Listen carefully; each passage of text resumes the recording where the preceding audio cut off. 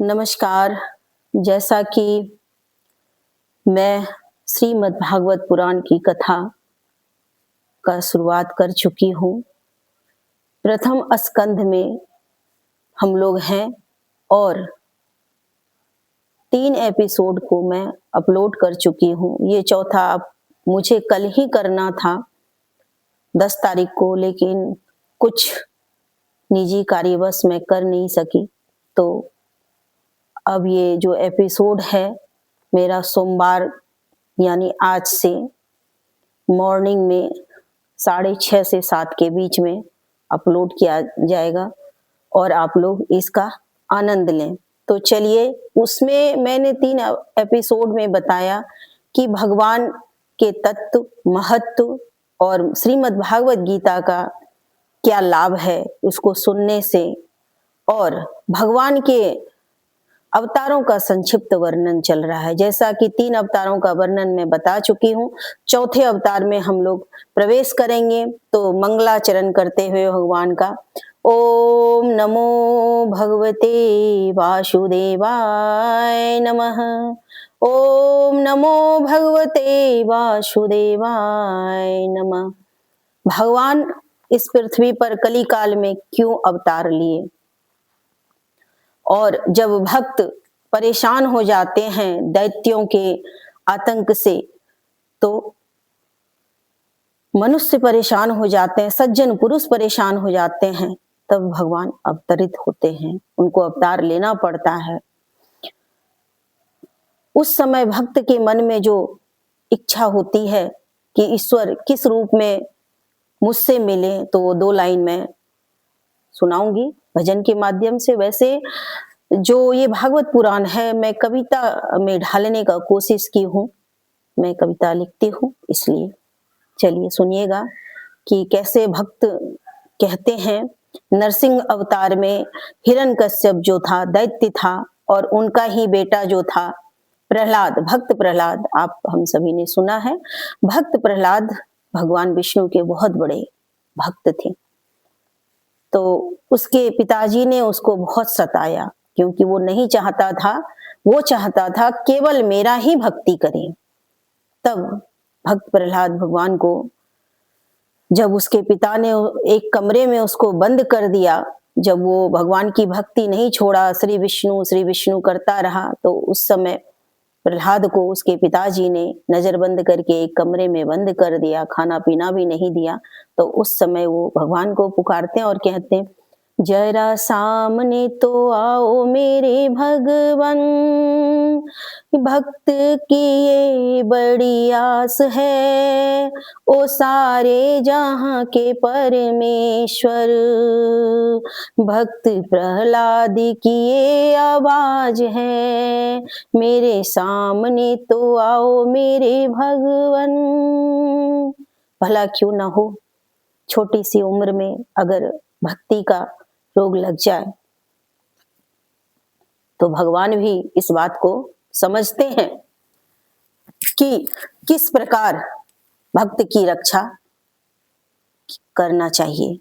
तो भगवान आते हैं, और हिरण्यकश्यपु जो दैत्यों के राजा था, वो क्या था, वो मेरे शब्दों में सुनिए कि हिरण्यकश्यपु दैत्यों के राजा थे, वो अति बलवान, समझने लगे थे स्वयं को वो पृथ्वी पर भगवान, मार सके ना कोई, अस्त्र शस्त्र ना मिला था उसको अभय वरदान, विष्णु से था बड़ा ही बैर, भरा था उनके पाप का घड़ा, सृष्टि की माया तो देखो भक्त प्रहलाद का तब हुआ जन्म, माया प्रभु की ऐसी निराली, प्रहलाद बन बैठा विष्णु की पुजारी, विष्णु भक्त जान कर हिरण्यकश्यपु ने पुत्र को दिया सजा बड़ा भारी, बाप ही बन बैठा कसाई, बेटे को मृत्यु दंड सुनाई।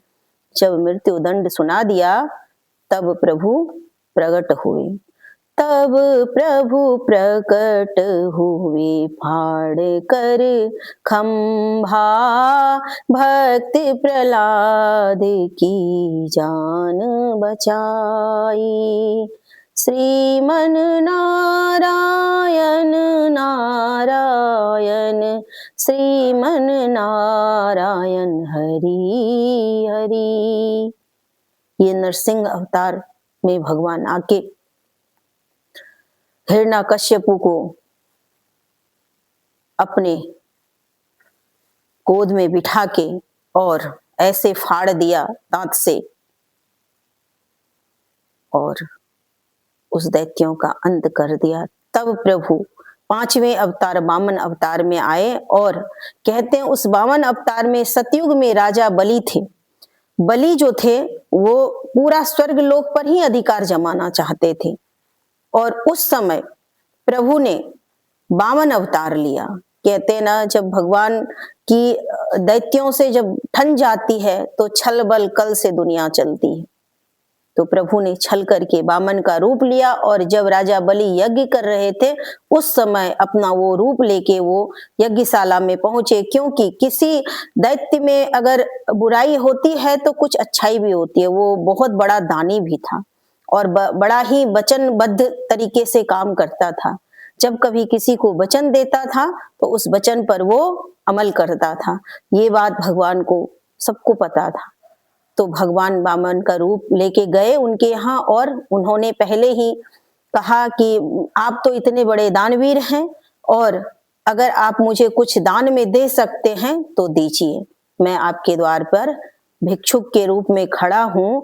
और कैसे खड़ा हूँ? तेरे द्वार खड़ा भगवान भगत भर दे रे झोली, भगत भर दे रे झोली, तेरा होगा बड़ा एहसान, भगत भर दे रे झोली, तेरे द्वार खड़ा भगवान भगत भर दे रे झोली। इस भिक्षुक रूप में राजा बलि के घर प्रभु वामन के रूप में पहुंचे और प्रभु ने छल से बलि से मांग लिया। और क्या मांगा? 3 पग मांगा कि मुझे बस 3 पग जमीन दे दो। उसने सोचा ये छोटा सा बौना 3 पग कितना ही लेगा, लेकिन उसे नहीं पता था कि ईश्वर जब ऐसा काम करने आते हैं ना, ईश्वर तो उसकी बुद्धि भी हर लेते हैं। चाहे कितना भी बड़ा वो बलशाली दैत्य राक्षस राजा कोई भी हो सामने, प्रभु सबसे पहले बुद्धि ही हरते हैं। किसी का जब विनाश आता है तो सबसे पहले बुद्धि हरते हैं। इस कली काल में अपनी बुद्धि पर नियंत्रण रखिए। ये सबसे बड़ा संदेश है श्रीमद् भागवत पुराण का। तो वामन प्रभु ने 3 पग जो धरती मांगा तो राजा बलि ने कहा एब मस्तु, 3 पग हमारे लिए क्या है, आप लो। और प्रभु ने जब अपना नापने का शुरुआत किया तो विशाल रूप में प्रभु प्रकट हुए और 1 पग धरती, दूसरा पग आकाश, तीसरा पग के लिए कोई जगह नहीं बचा। बलि वचनबद्ध थे। बलि ने कहा प्रभु, उसने कहा बलि, भगवान ने वामन ने जो रूप लिया उन्होंने कहा कि बलि बताओ तीसरा पग मैं कहाँ धरूं? 2 ही पग में तो धरती और आकाश को नाप लिया प्रभु ने। तब राजा बलि वचनबद्ध थे, उन्होंने अपना सर दे दिया जिस पर रखकर भगवान ने तीसरा पग नाप लिया और सर्वस्व लुटाकर राजा बलि अपना कल्याण कर लिया, क्योंकि प्रभु ने साक्षात ही उसको कल्याण कर दिया। तो बोलिए श्री नारायण नारायण हरि हरि। अब प्रभु ने अवतार किस रूप में लिया? 6ठा अवतार लिया, श्री राम अवतार। श्री राम अवतार आप हम सभी जानते हैं। रामायण ऐसा धर्म ग्रंथ है जो हमारे घर में होता ही है, हम सभी पढ़ते हैं उसकी चौपाई को। कहते हैं हर घर में एक रामायण होनी चाहिए। तो श्री राम अवतार जो लिए हैं त्रेता युग में, कहते हैं उस समय त्रेता युग में राक्षस राजा था रावण, जिसका बड़ा था आतंक, उनका वध करने को प्रभु श्री राम ने माता कैकेयी कौशल्या के गृह में लिया था जन्म। अब देखिए यहाँ कैकेयी का क्यों वर्णन आया? वैसे तो माँ के रूप में कैकेयी को बहुत उसमें धिक्कार दिया गया है, लेकिन अगर माता कैकेयी नहीं होती तो राम जिस काम के लिए इस पृथ्वी पर अवतरित हुए थे वो काम पूरा नहीं कर पाते। वहां भी बुद्धि को हरा है। माता सरस्वती जो है स्वयं मंथरा के जिह्वा पर बैठी हैं और ये काम कैकेयी से करवाया है। ये भी भगवान का वहां पर आपस में मीटिंग चल रहा था, क्योंकि कैकेयी माँ जो थी वो राम उनके बहुत प्रिय थे। उनके गोद में ही, कैकेयी माँ के ही गोद में राम जन्म तो लिए थे माता कौशल्या से, लेकिन पले थे श्री राम जी कैकेयी के गोद में। उनको उन्हीं की लोरी सुनकर नींद आती थी।